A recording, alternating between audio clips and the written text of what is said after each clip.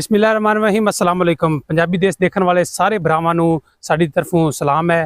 तो अज एक नई वीडियो लैके असीं हाज़र होए हैं। असीं अज उस जिमीदार कोल पहुंचे हैं जिन्हां तुसीं मेरे पीछे देख रहे हो कि गंदम बीजी हुई है, लेकिन इत्थे पहले आलू काश्त कीते गए सन ते आलू की कच्ची पटाई करन तो बाद इत्थे गंदम काश्त कर दी गई है। साडे नाल जिमीदार साहब मौजूद ने ते उन्हां नाल पुछने हैं, जानने हैं कि उन्हां क्यों गंदम काश्त की। जी अस्सलाम वालेकुम। वालेकुम सलाम। सब तो पहले जी अपना नाम दसो। आफ्ताब जनाब, आफ्ताब का नाम है मेरा। अच्छा, सानू ये दसो कि आलू की कच्ची पटाई करन तो बाद अक्सर देखा गया कि आलू ते जिन्ने खर्चे हुंदे ने सिर्फ इस वजह तो जिमीदार कहंदे ने कि आलू विचों कोई चीज़ बचे या ना बचे, मक्की बच जाती है। तो तुसी आलू तो बाद ये गंदम काश्त कीती है ते की लॉजिक है, की वजह है? पहली गल तो जी असी जड़ा आलूआं दी जड़ी असी काश्त है वो असी काफ़ी अरसे तो करते पे। अच्छा। ते आलूआं दी काश्त तो बाद साडा यही टारगेट होंदा है कि असी उंदे उत्ते मक्की लानी जी, क्योंकि मक्की सब तो पहले तो ये गल सी कि मक्की जड़ी एक मुनाफा बख्श फसल सी। हाँ जी। लेकिन कुछ अरसे तो मक्की जड़ी है वो जिमीदार नूं बड़ा नुकसान दे रही है। उनका रेट नहीं फिलहाल बनया। जिमीदार ने उनके बारे जड़ा है काफ़ी उम्मीदां लाइयां हुई सन, लेकिन उनकी उम्मीदां ते पानी फिर गया होया है। असी आलू काश्त कीते ने, साडा माइंड नहीं बनया मक्की दा, क्योंकि मक्की दा रेट नहीं है। अच्छा। मक्की दे रेट तो असी चलदे होया असी इंदे ते जेड़ा गंदम काश्त कर दित्ती है। अच्छा, ये दसो कि आलू ते तुसी मजमूई तौर ते एक किले ते कितना खर्चा कीता है? साडा तकरीबन एक जेड़ा आलू ते खर्चा तकरीबन 1.5 लाख तो क्रॉस है। 1.5 लाख तो किन्ने दिनां दे आलू तुसी पट्टे? आलू असी 65-66 दिन दे आलू पट्टे ने। किन्नियां बोरियां निकलियां एक एकड़ विच? एक एकड़ विच 48 बोरी निकली है। ते नुकसान नहीं इहदे विच तुहानूं नजर आया? नुकसान भी नजर बिल्कुल नुकसान, क्योंकि रेट ही बड़ा कम सी। जदों असी पट्टे ने रेट बहुत थल्ले आ चुकिया सी, तो उहदे विच नुकसान। तुसी पक्कियां पटाइयां ते इस वजह ते नहीं लैके गए कि अगे मक्की दा बिल्कुल जी बिल्कुल मक्की जड़ी है मक्की दा नुकसान नजर आ रहा सी, क्योंकि अजे तक तां मक्की दा रेट नहीं वधिया। अज डेट है 21 दिसंबर 2023। जिन्ने भी जिमीदारां ने आलू की कच्ची पटाई की है उन्हें तकरीबन गंदम ही काश्त की है।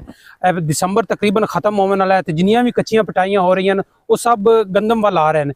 तो क्या इधर नजर आ नहीं रहा कि लोग मक्की तो दिल बर्दाश्ता हो गए, मक्की तो जान छुड़ा रहे हैं? दिल बर्दाश्ता हो गए ने। असी अपनी जी मक्की पिछले साल की काश्त की है वो साडे कोल अजे पई हुई है। अच्छा। उनका खरीददार ही कोई नहीं है, हाल हो चुका है। उनका खरीददार ही कोई नहीं, तो उनकी वजह तो असी तो सेल भी नहीं कर सके। मतलब अगर जिमीदार नाल ये हालात हो रहे ने ते की मुस्तकबिल नजर आ रहा है? फिर लोग सारे सारियां छड़ देंगे काश्त करना है, किस वल जावन? देखो जी, आलू काश्त करन तो बाद जिमीदार दी एक ही उम्मीद होंदी है कि उन्होंने कोई मुनाफा बख्श फसल जड़ी है ना उनका कोई मुनाफा बच जावे। तो उनकी कोशिश यही होंदी सी भी वो तो मक्की काश्त कर लवे। सही। ते हुण जड़ी मक्की है वो भी मुनाफा बख्श फसल नहीं रही, ते जिंदी वजह तो हुण मक्की तो जड़ा ना असी दिल बर्दाश्ता होए हैं, फिलहाल असी मक्की नहीं काश्त करदे। अच्छा, ये दसो कि जिला उकाड़ा विच किन्ने परसेंट आलूआं दी कच्ची पटाई हो चुकी होएगी जिन्ना गंदम काश्त कीती है? तकरीबन को 25 तो 30% तो लाजमी जड़ा है आलूआं दी पटाई हो चुकी होएगी। सिर्फ वो बचणगे जिन्हां दी मजबूरी दे तहत आलू लेट होणगे ओही मक्की लगाणगे, क्योंकि हुण कुछ आलू असी भी लाए होए ने लेट हैं साडे आलू। वो तकरीबन कोई मार्च या अप्रैल तक हो सकदा चले जाण। वो उन्हां दी उहदे उत्ते तो मक्की असी फिर भी नहीं लानी। अच्छा, मतलब उत्ते मुंजी तुसी लियाओगे? ਅਸੀਂ ਉਹਦੇ ਕੋਈ ਹੋਰ फसल मुतबादल फसल ले आवांगे, लेकिन मक्की दा ਅਸੀਂ मक्की यही सुन रहे हैं जिमीदार ज्यादातर यही कह रहे हैं। अगर कच्ची पटाई तो बाद ਅਸੀਂ गंदम काश्त कर ली तो ठीक है, लेकिन अगर पक्की पटाई करने हैं तो फिर ਅਸੀਂ मक्की नहीं अगेती मुंजी लगांगे। तो इस तरह फिर ਇਹਦਾ मतलब है कि मक्की दा बिल्कुल मुकम्मल बाईकाट किया जा रहा है। मक्की दा तो फिलहाल ਅਸੀਂ मुकम्मल बाईकाट करते पे हैं। जी जी नाजरीन, तुसी एक आफ्ताब साहब मेरे नाल मौजूद ने, जिमीदार हैं, काफ़ी अरसे तो जिमीदारा कर रहे हैं। उन्होंने कहना है कि मक्की तो दिल बर्दाश्ता हो के असी मक्की का बाईकाट किया है। सानू नुकसान उठा के असी आलूआं तो बाद गंदम काश्त कर ली है, लेकिन असी मक्की काश्त नहीं करांगे। लेकिन जेडे आलू लेट ने तुसी दिखाओ नाल आलू जेडे कह रहे हैं कि लेट हैं आलू, असी उन्हां तो बाद भी मक्की बिल्कुल नहीं लगावांगे। ते वीडियो बनाने का ते तुहाडे कोल आने का मकसद ये सी कि असी जिमीदारां अगे तुहाडे अगे अपनी अर्ज गुजारी कर सकीए कि खुदारा जिमीदार नूं उनदा जायज़ हकूक देवो। जिमीदार नूं अगर तुसी जायज़ हकूक नहीं दोगे, उन्हां दे जायज़ फसलों के रेट नहीं दोगे, देखो खादां हैं वो ब्लैक मार्केट विच विक रही ने, कितनी महंगाई हो चुकी है, बिजली कितनी महंगी हो चुकी है, डीजल कितना, हर चीज़ किसान की पहुँच दूर हो चुकी है।